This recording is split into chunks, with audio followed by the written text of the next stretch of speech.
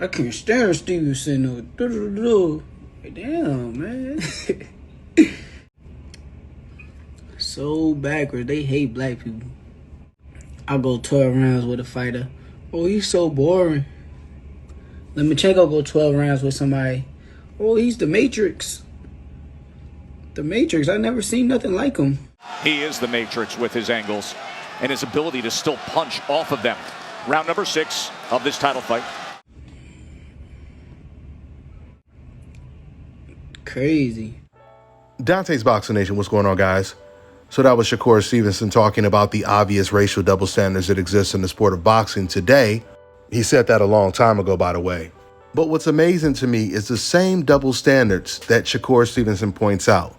The same talking points that old media, the race fans, use to discredit Shakur Stevenson, they use the exact same talking points to try to discredit Devin Haney and Gervonta Tank Davis, and the list just goes on and on and on. We over here on New Media, we call the list the coincidental list. Because as I just showed you guys, they all get treated the exact same way, and coincidentally, they all happen to be black. Now, Shakur Stevenson, he can definitely empathize with what Devin Haney is going through right now because he was in the exact same situation when he was chasing Oscar Valdez. It's the exact same situation. The only difference is Shakur Stevenson, he chased Oscar Valdez through different weight classes. But when it comes to the similarities, just like Devin Haney chased LOMACHENKO for 4 years, Shakur Stevenson had been chasing Oscar Valdez for years. And just like the Devin Haney situation 4 years ago, no matter how many times Shakur Stevenson will call out Oscar Valdez, his call-outs will fall on deaf ears because old media will completely ignore it, hoping that that fight would never happen. They never wanted to put pressure on Oscar Valdez to even fight Shakur Stevenson because they knew Shakur Stevenson was a much, much, much better fighter and would beat him. They obviously turned out to be right because that's exactly what happened. Just like the Devin Haney versus LOMACHENKO situation, when Shakur Stevenson was calling out Valdez back then, old media act like they didn't even want to see it. But once Shakur Stevenson finally cornered Oscar Valdez, what did old media do then? Then they started to make excuses for why Shakur Stevenson would win the fight. And guess what? Coincidentally, old media, they use the exact same excuse they're using to discredit Devin Haney just in case he beats LOMACHENKO. They're all using the size excuse. They're all saying Devin Haney is going to win this fight because he's bigger and because he's younger. But what's so funny about the Shakur Stevenson situation is they still said that Shakur was going to win that fight because he was so much bigger than Oscar Valdez, despite the fact that it was Shakur Stevenson that had just moved up in weight. It wasn't like the LOMACHENKO-Devin Haney situation where LOMACHENKO had actually been campaigning at 135 for years and years, right? Shakur Stevenson, he just moved up to 130 when he fought Oscar Valdez. And that still didn't stop old media from trying to discredit Shakur Stevenson before he got the win over Oscar Valdez. Valdez had already been campaigning at 130 for years.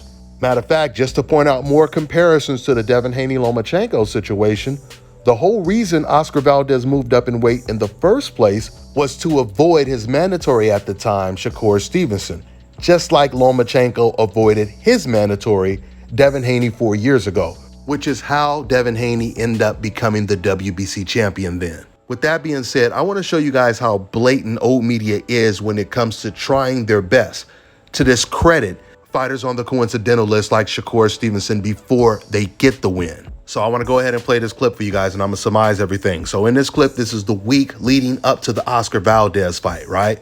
Now, my reporter Skip, he actually asked Shakur Stevenson about the double standards when it comes to them calling him boring, you know, and they don't call Tyson Fury and LOMACHENKO boring, which Tyson Fury, by the way, is a fighter that Shakur Stevenson often praises. Now, remember, the reason why we include LOMACHENKO, because when LOMACHENKO fought against Teofimo Lopez, he didn't throw any punches for the first 6 rounds. And no one said that that performance was boring. Not Teddy Atlas, no one from ESPN said that that fight was boring. So we asked Shakur Stevenson this question, which is obviously a rhetorical question. Why do you believe they don't call Tyson Fury or LOMACHENKO boring, but they call you boring? And this is how Shakur Stevenson answered the question or responded to it. You believe in the sweet science of hit and not get hit, just like Tyson Fury and Lomachenko. So why do you think some reporters imply that you are boring, but they don't say that about Tyson Fury and Lomachenko? I don't know, man. I think certain people got biased opinions, I guess, but it is what it is. I ain't gonna trip on it no more. People gonna say what they want to say regardless. Like, if you really think about it, I could go beat Valdez. The next excuse might be, oh, he's too little. When I beat Herring, they gonna say, oh, he's too old. And like, you gonna get critics regardless at the end of the day. So I can't take anything that they saying to heart no more because there's a lot of people behind keyboards and all that stuff. They gotta feel me. You never know who behind the keyboard. It might be a little 3-year-old playing around. Like, you never know, so. So this is pretty amazing because Shakur Stevenson basically predicts the excuse that old media is going to make for Oscar Valdez losing to him. He said they're probably going to say that Oscar Valdez was too small and I was too big. And what was really funny is soon as Shakur Stevenson said, you never know who's behind the keyboard. It could be a 3-year-old kid. He's talking about the people that make excuses for why Shakur Stevenson is going to win. The people that say that Shakur Stevenson is just bigger than Oscar Valdez. Immediately following Shakur Stevenson saying, when I beat Valdez, maybe they're going to say, oh, he was smaller and I was bigger. As soon as he said that, a reporter uses that same excuse. And it was the reporter from Fight Hub, not a 3-year-old behind a keyboard. And this is what he said to Shakur. Once again, right after Shakur said they're going to try to use this excuse. I could go beat Valdez. The next excuse might be, oh, he's too little. When I beat Herring, they're going to say, oh, he's too old. And Shakur, you're the bigger fighter, you're the longer fighter. How do you think that? But how do you think that's going to play itself out in this fight on Saturday because of those two big advantages you hold? I feel like I'm the more skillful fighter. I'm faster.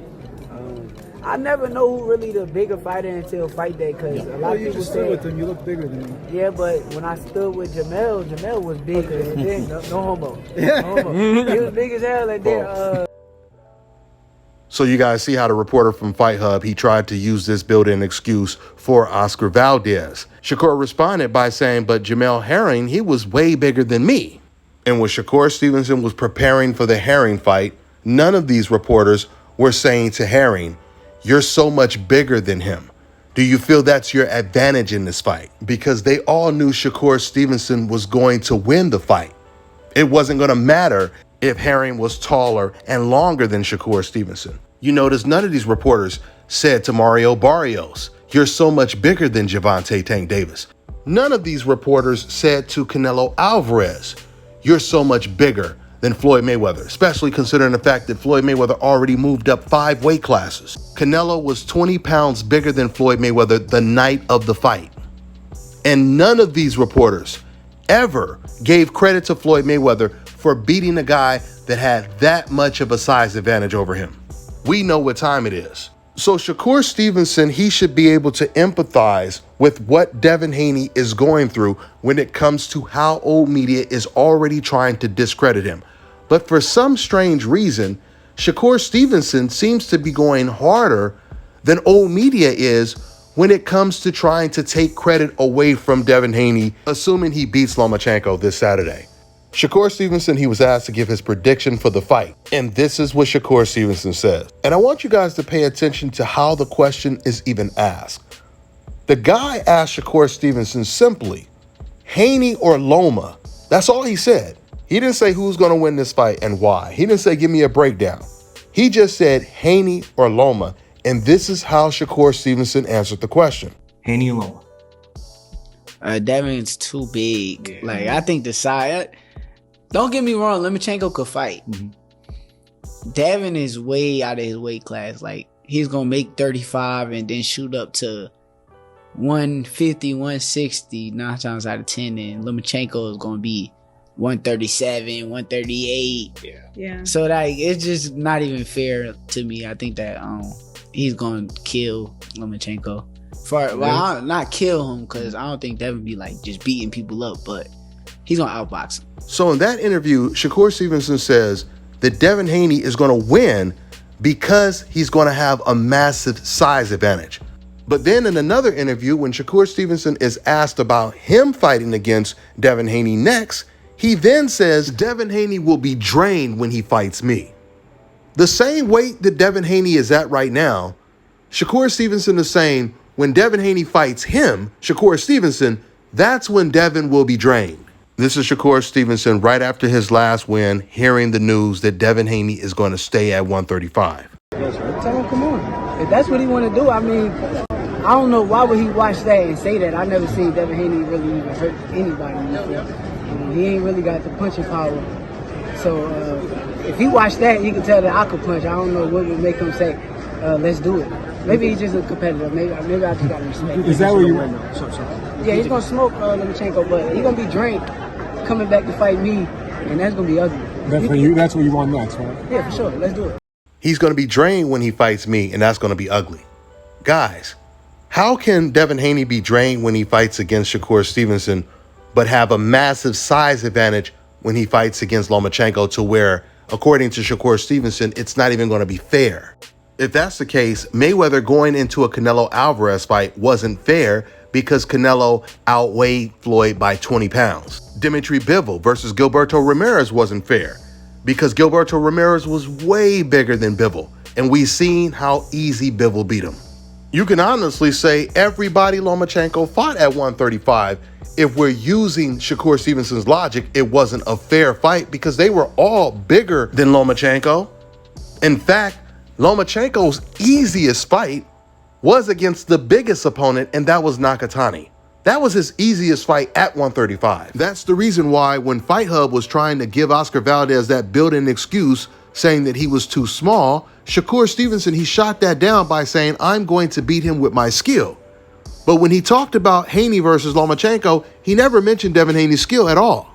But he made sure he didn't piss off the LOMACHENKO fans by saying, don't get me wrong, LOMACHENKO can fight. But he didn't say anything about Devin Haney, how well he can fight. He just simply said it's not even fair. Devin Haney is just way too big. Now, by way of contrast, when Devin Haney was at his media workout and he was asked about Shakur Stevenson, he praised Shakur Stevenson as one of the most gifted, one of the most talented fighters. The popular narrative is always to discredit the black fighter if you think the black fighter is going to win.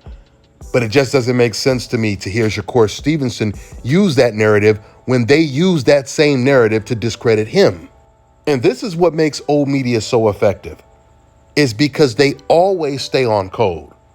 It doesn't matter if they dislike someone personally, they will always stay on code. Teofimo Lopez, he's been out of control since day one, at least when it comes to being out of control with old media. He's always said wild stuff. He's always done stuff he wasn't supposed to do, like dissing Bob Arum, dissing Top Rank. And yet ESPN and the rest of old media, they continue to mislead the public, calling Teofimo Lopez undisputed. After he lost to Kambosos, they continue to make excuses for why Teofimo Lopez lost to Kambosos. They completely stayed on code. Even after Teo just recently came out dissing ESPN and Top Rank again, saying how they just like the black fighters and they can keep the black fighters. Old media is still going to stay on code because they feel the agenda is far more important than some personal disagreement with a fighter. But by way of contrast, when it comes to a lot of the black fighters, they will go out of their way to diss each other using old media's talking points. Listen, I'm a firm believer that there's nothing wrong with speaking the whole truth, regardless if people like it or not. But if you're saying something just because you know it's the popular narrative, especially when you're black in the sport of boxing, that's counterproductive because they're going to use the same talking points you're using against that black fighter. They're going to use those talking points against you when you fight against another fighter that old media is rooting for. Shakur Stevenson said going into that Oscar Valdez fight, because once again, he had been chasing Valdez for years, just like Devin had been chasing LOMACHENKO. Shakur said, I'm finally about to get the credit I deserve after I beat this man, Oscar Valdez. Shakur literally said before that fight, right before that fight, he said, the fans are going to love me when they see what I do to him. A week after he beat Oscar Valdez, he was on the internet saying, man, the hate is real. What I noticed when it comes to a lot of black fighters in the sport today, not all of them, but some of them will point out the racial double standards, but they will only point out the double standards when it comes to what they're personally dealing with when it comes to their career. But then when it comes to other black fighters that are dealing with the exact same double standards, they will use, once again, old media's talking points to discredit the other black fighter. Guys, this makes zero sense. The only way you're going to change things is if you become united, all get on the same page and expose the double standards. Old media has always been united, and that's what makes them so strong. With that being said, I'm gonna wrap this one up. I'm on to the next one, y'all. All right, now check this out, guys. If you're looking to repair eczema scars, burns and bruises, dark spots and blemishes, fever blisters, diabetic ulcers, this right here is the perfect product for you guys. It's called LOMACHENKO Face and Body Oil. Athletes and top-ranking boxers, they're also using it after training to reduce swelling, inflammation, and to ease the pain. So get yours today. Go to LOMACHENKO.com, like them on Facebook, and follow them on Instagram. Let me tell you guys about Issa Israel Law Firm. It is a full-service legal practice based in Denver, Colorado, an emerging hub for combat sports and high-altitude training. If you're a fighter inside or outside of the ring and you need a law firm you can trust to fight for you, visit thefighterfirm.com or email help@iilawfirm.com. Legal representation is usually limited to plaintiffs or defendants in Colorado, but iFirm can help anyone in the world with trademarking their business name, logos, and U.S. immigration issues. This brother has been my attorney for a while and helped guide me through all kinds of business and civil issues, so make sure you guys go to thefighterfirm.com.